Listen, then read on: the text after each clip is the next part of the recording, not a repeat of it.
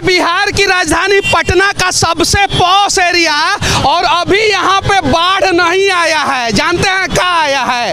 यहाँ पे Patna municipal corporation के लापरवाही के वजह से बारिश का पानी आया है, और हर साल पटना जो है म्युनिसिपल कॉरपोरेशन के लापरवाही के वजह से डूब जाता है। ये देखिए वीआईपी गाड़ी बड़ी महंगा जा रहा है, और कब भी पानी में डूब जाएगा इसका कोई गारंटी नहीं है। और इसके लिए नेता से ज़्यादा दोषी जो है पटना म्युनिसिपल कॉरपोरेशन के बड़े बड़े अधिकारी हैं, तो इनकी भी रिलाई समय समय पे होना चाहिए। जय हिंद।